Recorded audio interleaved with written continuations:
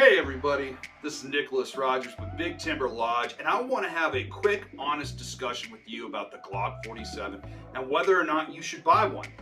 And it is a new pistol from Glock, or it's called new. Realistically, it's just a Glock 17 slide and barrel on top of a Glock 45 grip. Now you can make this pistol modular by putting the slide and barrel onto a Glock 19, or taking the slide and barrel from the Glock 19 and putting it onto the grip of the Glock 47. But that doesn't mean you should necessarily buy one, nor does it mean it's a new pistol. However, the question is, why would you want to buy a Glock 47? Great question. I purchased mine because I wanted a full-size service pistol, 9mm, that I could enjoy and maybe put a flashlight on, as well as already optics mount cut, which is what the MOS cut is up here on the slide. And I really enjoy the feel of the trigger. It's a very accurate pistol for what it is. I will post some pictures from the range. Those range targets were shot at 7 yards. You can see 5-round groups in a size of about 1 3/4 to 2 inch groups from standing, and it's a very accurate pistol. The trigger feels good, the slide feels good, the whole pistol feels good in my hand. Speaking of feeling good in the hand, what we have here is a modular backstrap system.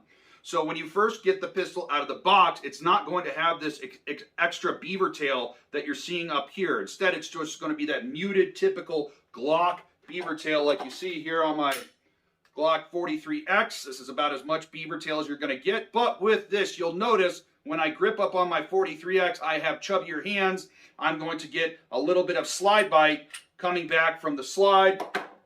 This was mitigated on the 47 by allowing a modular backstrap system. You get a medium and a large size backstrap.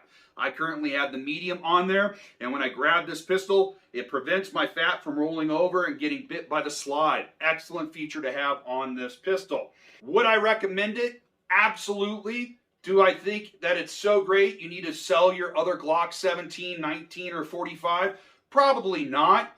If you already own one of those pistols or another full-size service pistol and you just want to have a Glock, I would recommend this. But if you were saying, does this Glock replace those other ones? No, it doesn't, especially if they already have an accessory rail down here at the bottom of the barrel and a MOS optic cut on the top.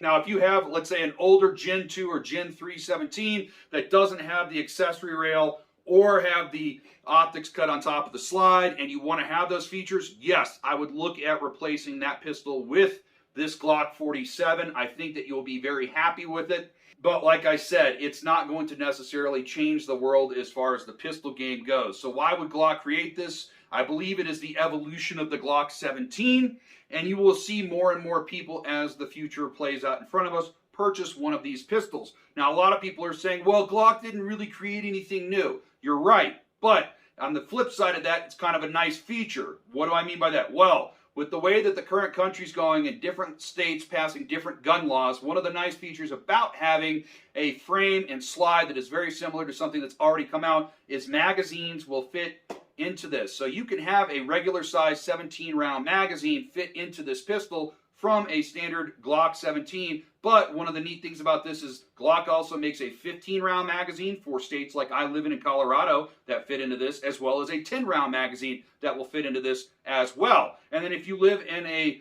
constitutional loving state like the state of Texas, you can buy a 100-round drum mag and put it on the bottom of this pistol and everything will fit hunky-dory.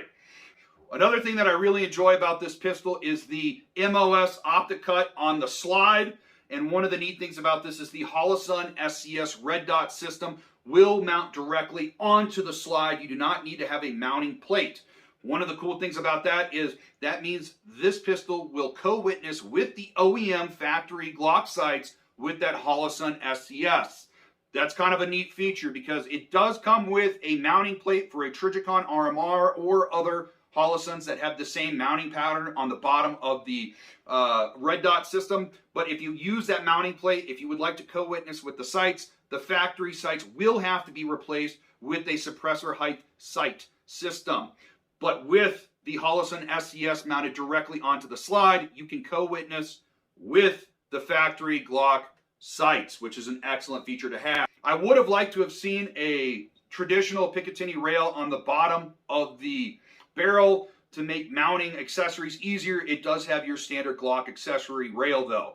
So not too hard to work around with that, considering most accessories do come available for a Glock pistol. Also, another thing to talk about too is if you already have a Glock 17 holster, this pistol will fit into that holster. Now, if you start swapping out the barrel and the slide for a Glock 19, and then it becomes a Glock 45, then if you have a Glock 45 size holster, it will fit that, or a Glock 19 size holster as well. So it's a very modular system.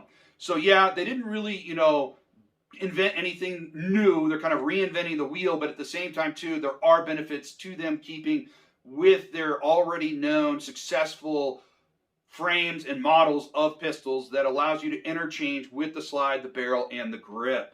I enjoyed this pistol so far, and I look forward to shooting more of it at the range and bringing more videos to you. Next upgrade is going to be a red dot system on top of this pistol. I'm finding I haven't actually purchased a holster for this yet because for as far as a carry gun goes, it's rather large, and I prefer more concealment, so I'm usually carrying my 43X or my HEK VP9 SK.